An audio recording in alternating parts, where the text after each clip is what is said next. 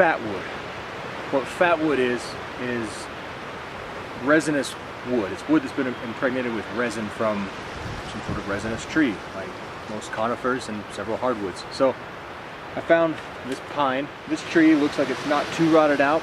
You don't want the wood to get all punky, which means it's really soft and it starts to crumble in your hands. It doesn't take much pressure to just crumble away, almost like termites have been at it. It's just too rotted. So this does not look too punky. I've got a few spots here that sap is actually seeping from the wood still. So that's a good sign. What we're going to do is try to knock some of these thicker branches out, and I'll show you here in a sec.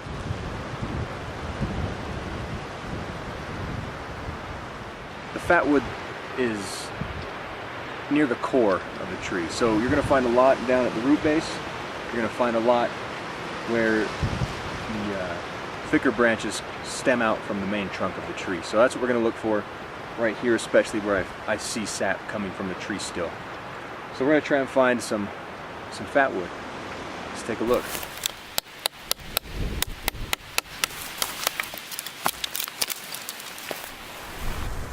Okay, so I've got this branch off the main trunk of the log.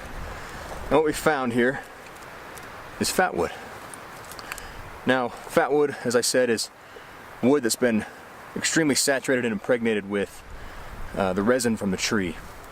And what that does is it makes the wood take a spark better. It acts as an accelerant within the wood itself. So it's great for kindling. It's even good for damp and wet fire starting, because it's almost like it's been oiled. And so there's a saturated, the wood's just saturated with sap, and it's become hard. And as you scrape it and make fine shavings with a good bushcraft style knife, it actually becomes easier to ignite with a spark. So it's excellent for flint and steel or ferrocerium rod kind of application, fire starting.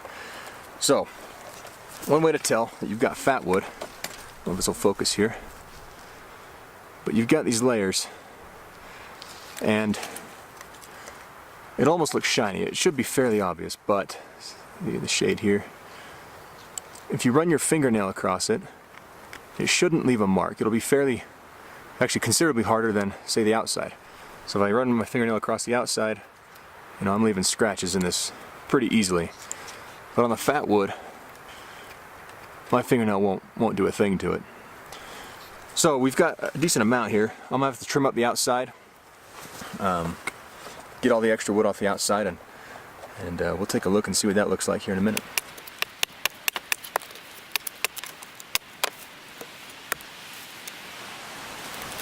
So I don't know if you can see that. This piece is quite a bit of resin. Actually, you can see the light coming through it. You can see on this side here, light's not shining through so much. When I hold it just right, you can see it almost looks like amber running through there. I mean, that's basically essentially what it is, really.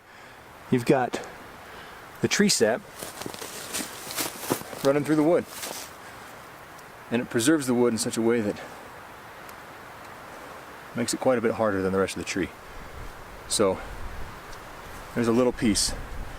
We're going to keep hacking and see if we can get a good chunk, but maybe the diameter of my thumb, I think, is what we're going to look for.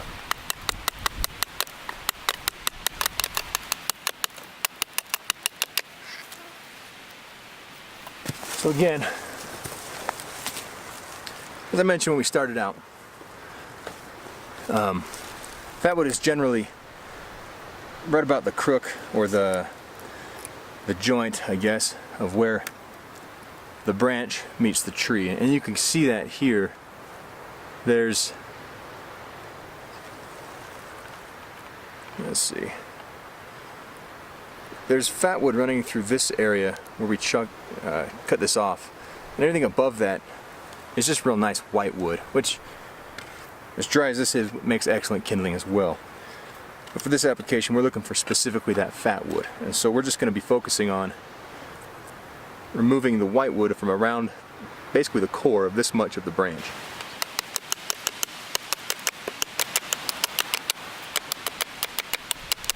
Okay, so we've gotten the end of this stick whittled down with the big old bushwhacker, which, by the way, I know someone's going to ask me.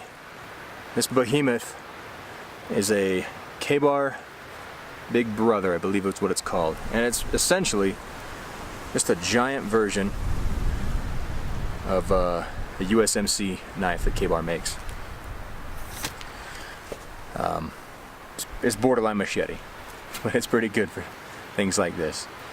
So we've got this whittled down most of the way with the big bushwhacking knife.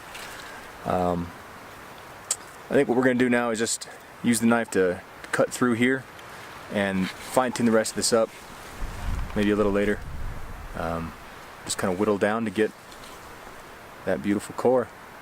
So, alright, so we've got this piece of fatwood we worked at getting. Still got some of the whitewood around it, which I'm going to carve away.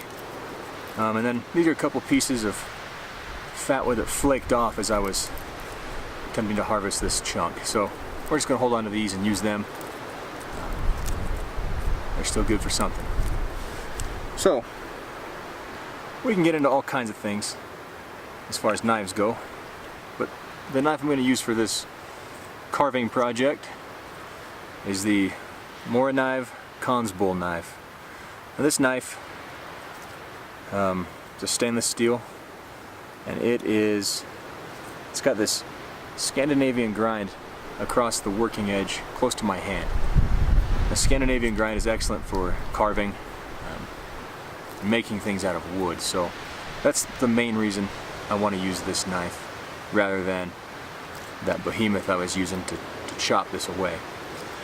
That Ka-Bar had a bit more weight. It was easier to let the knife do the work at getting this chunk off the tree. The Morakniv has, as I said, this carving edge. It's going to make it a lot easier. And the other reason I like this knife is the handle. That is about the most ergonomical handle on the market. Any knife that you can get out there, really. A lot of stuff's contoured and has a bow on the one side that fits the palm of your hand. But this just feels good. I always thought they looked goofy, but man, that feels good. And so this is an excellent working knife, and those are the two main reasons I carry this now. But we're going to be using this, like I said, just to clean this piece up and start getting right down to the fatwood.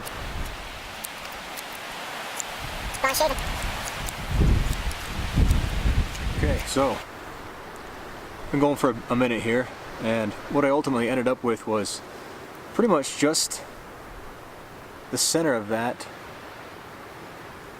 little branch we took off. You might have noticed that I've sort of left this long handle on. Really, that's just it. I'm not going to end up keeping that. That's going to go away, but it makes it easy for me to hold on to this tinier, shorter piece of fatwood and the knife with the other hand without cutting myself. So really, just a little handle.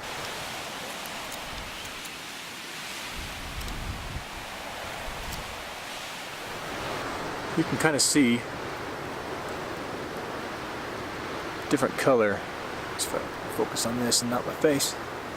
Kind of see the different color of the interior of that wood. And that's all that resin. That's what's going to make this much more combustible than just regular wood shaving. So the way we will use this is to shave it with the 90-degree edge of our knife, the back side of the knife. This knife has a specifically flat ground 90-degree spine for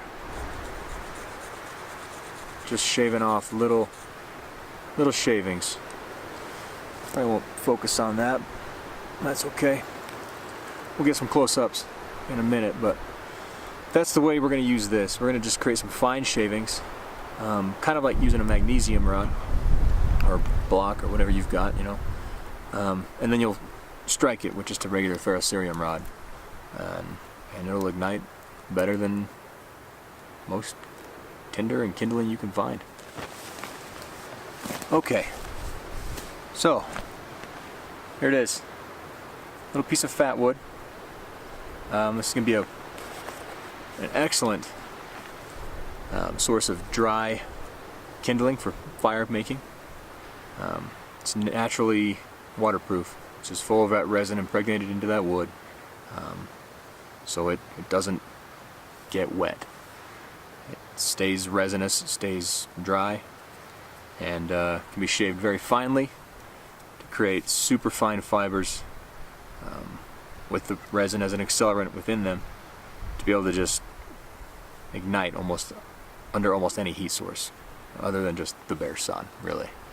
But any spark you're going to throw at it, this is going to take it. So what I did, I drilled a little hole through the top end. There's kind of this little Y shape going on at the top of this that is just white wood with resin, fat wood on the sides. So I just drilled through that white wood piece using the awl on my Swiss Army multi-tool.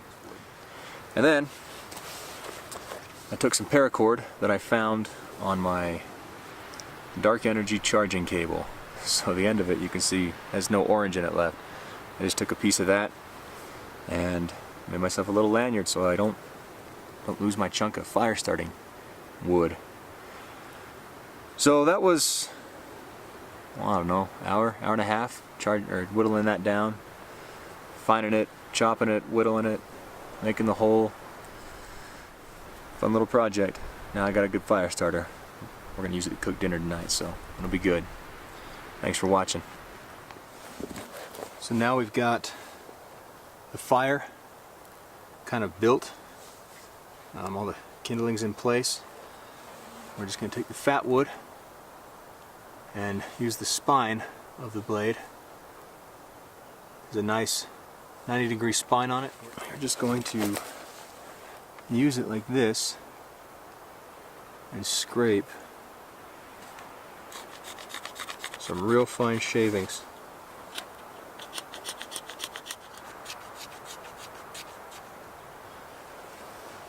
You see that?